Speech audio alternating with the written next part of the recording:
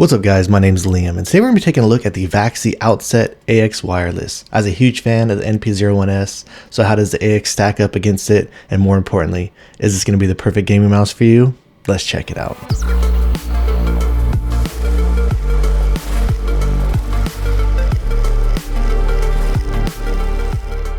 Before we get started today, I did want to let you know this was sent out to me by Vaxee, but everything you're going to be seeing in this video is going to be my own words and my own opinions. Inside the box included with the mouse, you do get this USB-C connectivity cable, and you do get the 1K dongle and the dongle adapter. And you do get the same typical experience that you do with all the other Vaxee mice. Down here is the power button.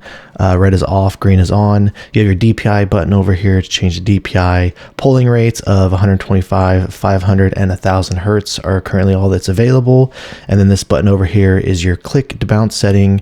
So you have a 2 milliseconds, a 4 millisecond, and 8 millisecond. And other functions that you also have available, if you hold the DPI button down and power the mouse on, if the DPI button flashes blue, then that disables motion sync. And if we were to do it again here, this time it'll flash green, and that actually means that motion sync is enabled. And then if you were to do the same thing over here in the middle button, if it flashes on the 125 hertz, that would enable a 1 millimeter liftoff distance. If the 1000 hertz flashes, that's a 2 millimeter liftoff distance. And then you can do the same thing over here on the click to bounce setting button, hold it down and power it on. If just the 4 button flashes, this is the normal mode. And if you were to do it one more time, all 3 buttons will flash. This actually enables high speed mode. So one thing to keep in mind is with high speed mode, it's what I personally recommend using if you're going to use this mouse with the default firmware option. The high speed mode is going to give you a little bit faster, snappier performance, but this does have a 400 milliamp hour battery in it. It is going to cut your battery life in half. And if you were to use the normal mode, the battery life you're going to get is usually going to be around 100 hours. But personally, what I recommend is using the competitive mode. And the only way that you can enable the competitive mode is you actually have to download the competitive mode firmware and install it directly on the mouse. Once you do that, it does disable some of the options on here. But again, I feel like the competitive mode is what I prefer using, and it does give you the best performance while using this mouse in game. And the skates that do come included, they do feel great. They're a little bit harder than the 100% PTFE. I do believe these are probably a variance of like a 95% PTFE or something like that. So they do feel a little bit quicker than the 100% PTFE. Coming back over the top, this mirrors the typical Vaxee performance, basically the exact same experience that I got with my NP01S. The coating on here is just absolutely incredible. Definitely god tier in my opinion. No complaints about it at all whatsoever. Felt grippy no matter what. My hands were dry, wet. It just really didn't matter. It pulled through regardless. And when it comes to the shell integrity, build quality, this thing just truly feels like a tank, especially with all these lighter mice coming out. And don't get me wrong, there's some really solid build quality in some of these high top performing low weight mice, but honestly this thing is just on another level. You can throw this around, bang it around, and it really does feel pretty much like it's almost bulletproof. When it comes to the clicks, in my opinion, they really did nail down the implementation here. There's just a slight bit of pre-travel if you're pushing more towards the front. The further you go in the back, there's a little bit less, but slightly a little bit in the front, nothing that's bad. And the post-travel on this is incredible. No matter how hard you press down, it doesn't make contact with the shell. And overall, it's just a really solid experience. Even the side play on the switches, there is just a very minimal amount there, as you can see. But just to let you guys know, when I was gaming with this and tracking with it inline, you don't feel that at all whatsoever. So just an overall really solid click experience, and it's pretty consistent all the way back. Again, it does get just a hair heavier in the back, but really it doesn't matter where you play on these switches, they feel great. And I do want to say about the actual switches that are in here, a lot of these Ergo mice that are coming out now, they all have this optical switch in here. And don't get me wrong, these optical switches, they do feel really good, but getting used to using those optical switches recently, it kind of felt like a breath of fresh air to come back to these. I really feel like these clicks are lighter and easier to spam than just about any other of these new Ergo mice. And don't get me wrong, there's some great options out there. The switches on them do feel good, but I would have to say that I do feel like these feel probably the lightest and easiest to spam in my opinion. The scroll was also done incredibly, just like on the NP01S. One thing I do want to mention here, as you can see, it doesn't stick up very much. It's a little bit smaller, but as I was gaming with this and got used to it, I didn't notice it being an issue at all for me. It does have nice defined steps there on the scroll, and the click is a little bit on the heavier side, but for me it worked fine and still feels great. And the same thing carries through the side buttons. Side buttons feel absolutely incredible. There's literally like no pre-travel, almost no post-travel once you push in. There is just a little bit of rocking there, but I didn't notice it being too much of an issue. If we were to do a press from the back, it does tilt just a little bit. and then pushing on the back to the front.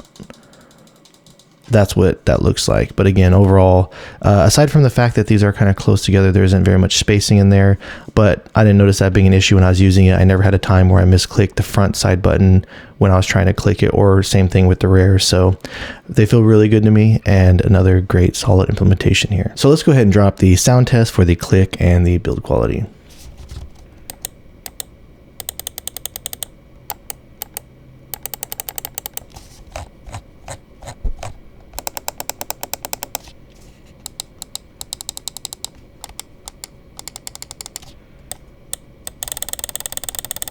And when it comes to the weight and balance on my scale, looks like this is coming in at approximately 72.8 grams. And the balance on here feels really good. I'm getting a really solid front to back, and even a great left to right. When it comes to the shape, this is arguably one of the greatest ergo shapes of all time.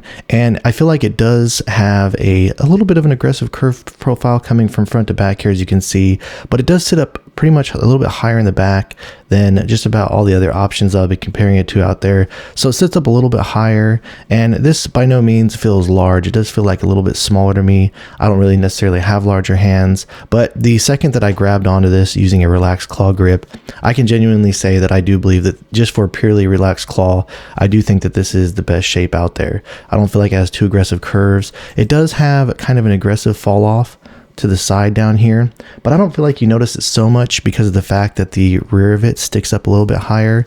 The side over here doesn't feel like it sticks up too much to me or anything like that, so it just truly falls real naturally in the hands. So the first shape I'm going to go ahead and compare the XC Wireless to is the Lamzu Thorn. A lot of people like to compare these to one another and say they are pretty similar, and though they do have their similarities, I do feel like they do feel slightly a bit different from one another.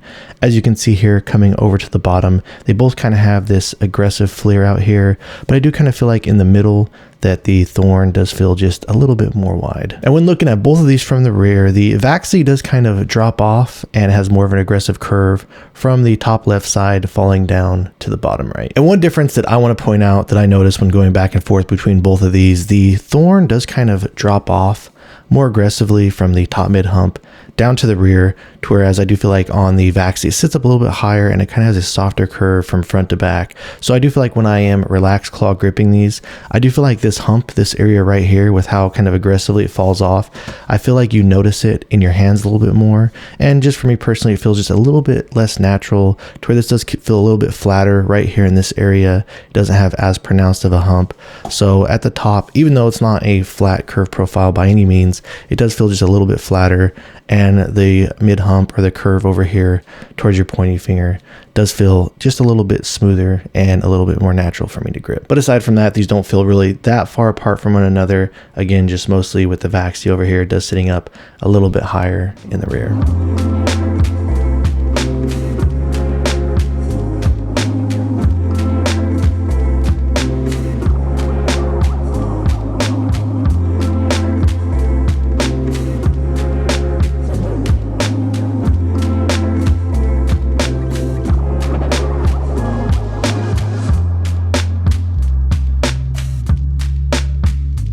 Next up, when comparing it to the Pwnage Stormbreaker, starting out over at the bottom, they don't feel that far apart in the very center point right here when it comes to the overall grip width.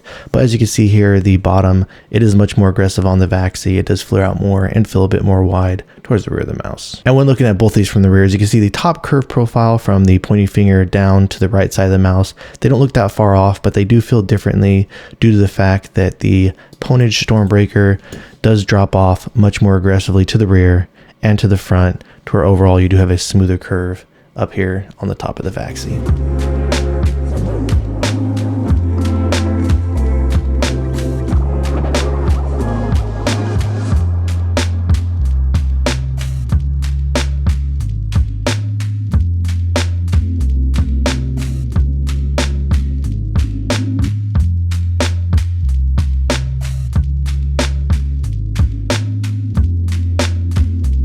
All right, and then finally we'll be comparing it against the NP01S. These truly are two of my favorite mice that I've ever used from Vaxee, but there is some big differences here. Starting on the bottom, as you can clearly see, the NP01S is a lot more narrow than on the XE wireless, and coming over to the rear, as you can clearly see, you have a much flatter top profile here on the NP01S, where you do have that Ergo curve style from the left side down to the right on the AX wireless. And then finally, looking at both these on the side, I do feel like the NP01S is kind of more like the king of the fingertip grip style, and it has more of a hump back here towards the rear for you to do some type of an aggressive claw or some type of an aggressive grip, whereas on the XE wireless has just have a much natural curve profile and more of a mid hump. So that makes the XE wireless the clear choice if you prefer something more like a relaxed claw grip.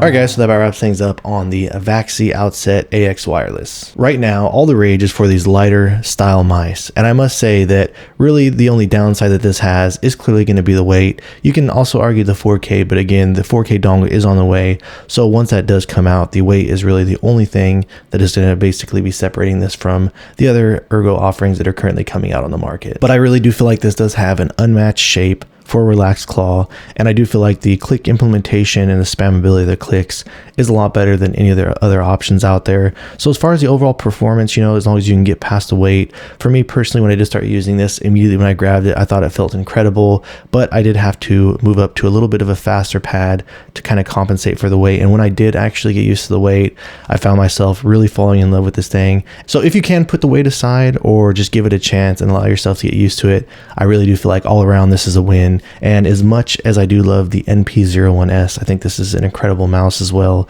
I myself personally prefer to play with relaxed claw, so I did find that the Outset AX was working just a little bit better for me. So I do feel like this is probably the best Vaxee mouse that I have ever used to date. Alright guys, so if you have any questions or feel like I left anything out, please let me know down in the comments below. If you've enjoyed watching this video and are interested in seeing any other videos like this in the future, please drop this video a like and subscribe to my channel. Thank you so much for watching, and I look forward to seeing you guys in the next one.